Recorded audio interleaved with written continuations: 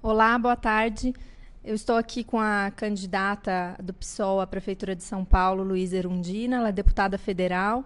A gente vai conversar com ela pelos próximos 10 minutos ao vivo, então vocês podem mandar as suas perguntas com o que queiram saber sobre as propostas dela para a cidade. Boa tarde, candidata. Boa tarde, Tônia. Boa tarde, internautas. É um prazer estar aqui com vocês. Eu quero começar com a pergunta do Franklin Siqueira, que chegou durante a nossa transmissão na TV Estadão. Ele pergunta para a senhora quais são as suas propostas para a educação que a senhora pretende desenvolver na cidade durante a sua gestão. Olha, nós tivemos como secretário de Educação no outro governo Paulo Freire. E Paulo Freire fez uma verdadeira revolução da educação na cidade de São Paulo. E os quadros que ainda hoje estão na rede pública municipal são muitos deles os que construíram e realizaram aquela política na época de Paulo Freire.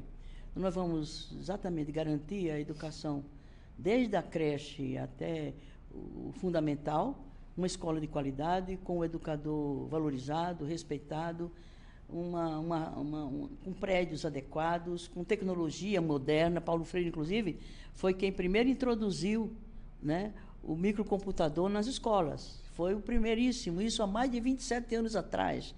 Então, nós vamos incorporar bastante as novas tecnologias, né, na pedagogia que vai ser adotada na cidade, com educadores valorizados, com autonomia pedagógica, com autonomia da gestão financeira na própria escola, para que não fique a depender de licitações que são feitas distante, lá numa secretaria, que não conhece a realidade de cada escola, de cada unidade, de cada região da cidade, e garantir a educação de qualidade, a educação cidadã, e uma educação bastante articulada com a cultura, com o esporte, com o lazer, isso no espaço local, no espaço da região, com uma subprefeitura também gerenciando os meios, as condições, portanto, e também a enfrentar o analfabetismo. Não sei se os internautas sabem, São Paulo ainda tem mais de 600 mil analfabetos, e parte disso, 300 mil, são jovens de 15 a 40 anos. Portanto, é um absurdo que uma cidade, em pleno século XXI, né, com a revolução que existe hoje nos meios de comunicação de massa, ainda ter cidadãos e cidadãs jovens de 15 anos até 40 anos, sem ter acesso às habilidades da escrita, da leitura, do cálculo, o que é um absurdo, o grau de exclusão que essa cidade ainda tem em relação aos seus cidadãos e suas cidadãs. O Manuel Porto diz aqui que a senhora já fez parte do PT e agora do PSOL, e disse em uma entrevista recente que pretende ter pessoas do PT em seu eventual governo na prefeitura. Ele pergunta, isso não é contraditório? Eu quero quem tenha o que contribuir, né, o que tem a oferecer à cidade enquanto conhecimento, enquanto experiência, enquanto propostas. Nós vamos governar para todos e vamos governar com quem esteja querendo e concordem com o nosso projeto, concordem com os nossos compromissos, concordem que estejamos a implementar exatamente aquilo que a gente está dialogando e está construindo junto com os cidadãos dessa cidade. Enfim, nesse sentido, não excluiremos ninguém. Não precisa ser desse ou daquele partido, desde que sejam pessoas sérias, pessoas honestas, pessoas capazes e pessoas que tenham um real compromisso com a cidade. O Tiago Silva pergunta se a senhora pretende ampliar o sistema de trólebus na cidade. Não só que é uma nova tecnologia, ou seja, é um sistema de geração de energia para o transporte coletivo, né, que é limpo, que não gera poluição, e nós vamos adotar outras alternativas, pensando a locomoção na cidade como mobilidade. Mobilidade que hoje é uma política, tem uma lei federal reconhecendo quer dizer, estabelecendo a mobilidade como um direito humano, como um direito social e como um direito humano fundamental. Eu tenho uma proposta de emenda constitucional de minha autoria que incluiu no artigo 6º da Constituição Federal o transporte, portanto, a mobilidade como um direito social. Então, como prefeita, nós vamos querer articular vários modos de mobilidade na cidade, né, dialogando entre si, né, melhorando a qualidade do serviço, né, estabelecendo uma tarifa que seja justa, né, com uma planilha de custos transparente para que todos saibam o custo daquele meio de locomoção, daquele meio de transporte, e por que a tarifa é tal e não qual, e isso tudo muito dialogado, muito combinado, muito discutido, e incorporando aquilo que, no entendimento de quem usa esses meios, possa sugerir a melhor forma de prestar esse serviço como um serviço essencial necessário à própria existência e manutenção da cidade. Entre outros, o trólebus, que é uma nova energia, ou seja, é uma energia elétrica, portanto limpa, e como tal contribui para melhorar a qualidade do ar e a qualidade do ambiente na cidade. O Luiz Armando questiona sobre 2 problemas da cidade, a questão dos moradores de rua e da Cracolândia. Qual seria a solução que a senhora proporia? Olha, são grupos, numa cidade de 12 milhões de habitantes, apenas não, porque uma pessoa numa condição dessa já seria grave, né? 12 mil moradores de rua e também um número razoavelmente grande de dependentes químicos.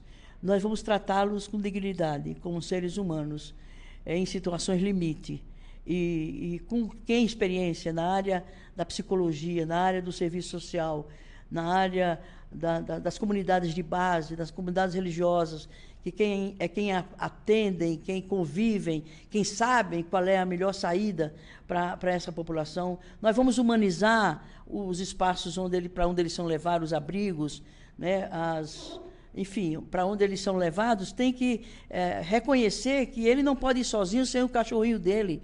É o único afeto que algumas dessas pessoas têm, é o seu cachorrinho, não pode levar junto. Se são membros da família que estão na rua, essas pessoas não podem ficar juntas no abrigo, não é? Enfim, isso precisa ser humanizado, precisa ser melhorado e estabelecer políticas que previnam as condições a que essas pessoas chegam a esse estado e possam dar uma resposta, um tratamento, mas com muita participação deles, sobretudo com a participação dos que lidam com eles, que trabalham com eles, que vivem o dia a dia com eles, para que a gente possa dar a melhor resposta que seja dada para incorporar essas pessoas à vida da cidade como seres humanos, como isso e a todas as condições dignas de vida numa cidade do porte e da importância de São Paulo.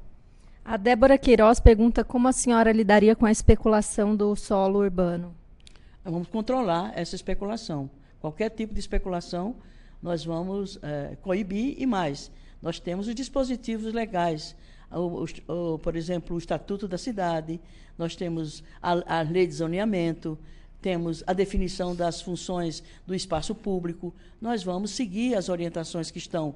Por exemplo, tem o Estatuto da Cidade, tem o Estatuto da Metrópole, né, e tem as leis que garantem, né, que a cidade deva ser democrática, democratizar o espaço urbano, e democratizar o espaço urbano é não permitir a especulação. E uma forma é exatamente estabelecendo uma política tributária, sobretudo em relação à propriedade, o imóvel, de modo a coibir a especulação. Digamos assim, um terreno que está lá ocioso, que não tem uma função nenhuma, esse terreno ele precisa ser onerado, ou ser desestimulado, ou ser estimulado a ser usado, ser ocupado com alguma função urbana. E, para isso, um mecanismo que o poder público dispõe é exatamente tributar de forma a coibir o interesse de manter esse imóvel sem uso, especulando na especulação imobiliária, e isso é inaceitável. Então, tem legislação para isso, teremos vontade política de aplicar essa legislação e vamos coibir de todas as formas possíveis a especulação imobiliária numa cidade ainda com espaços disponíveis, mas ainda escassos, e precisa ter um uso social mais justo e mais adequado. O Manuel Porto, deputada, diz aqui que o Michel Temer foi vice da senhora em 2004, né?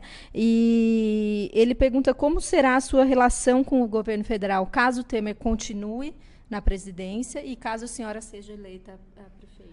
Eu entendo que uma relação entre poderes não é uma relação pessoal. Não é a prefeita fulano de tal e o presidente ciclano de tal, né? É de duas instituições, o poder local, o poder federal. E o poder federal não existe sem o poder local. E quem gera tributos é a cidade, né? Quem oferece soluções para os problemas do trabalho, do emprego, da renda, é a cidade. Então, eu vou querer ser tratada e tratar o futuro presidente da República, seja quem for, ou a presidente, de forma soberana, né, em nome de São Paulo. E São Paulo vai me delegar, se me eleger, né, o poder de falar em seu nome, de defender os interesses da cidade e de falar grosso, se for necessário, no momento em que o interesse da cidade esteja sendo violado, esteja sendo desrespeitado. Não se trata de um interesse de fulano ou beltrano que esteja à frente do governo da cidade. É a cidade de São Paulo, a maior cidade do país, que representa 15% do produto interno bruto é gerado aqui. E, como tal, eu espero ser tratada como prefeita, representando o povo de São Paulo. Candidato, eu agradeço a sua participação. A senhora gostaria de fazer alguma consideração final para a gente encerrar? Não, agradecer a atenção dos internautas, dizer que nós vamos continuar nos encontrando e conversando, não só na campanha, mas durante o governo, que eu quero muito governar com a participação dos internautas e dos meios modernos de comunicação de massa. Obrigada. Boa tarde, obrigada.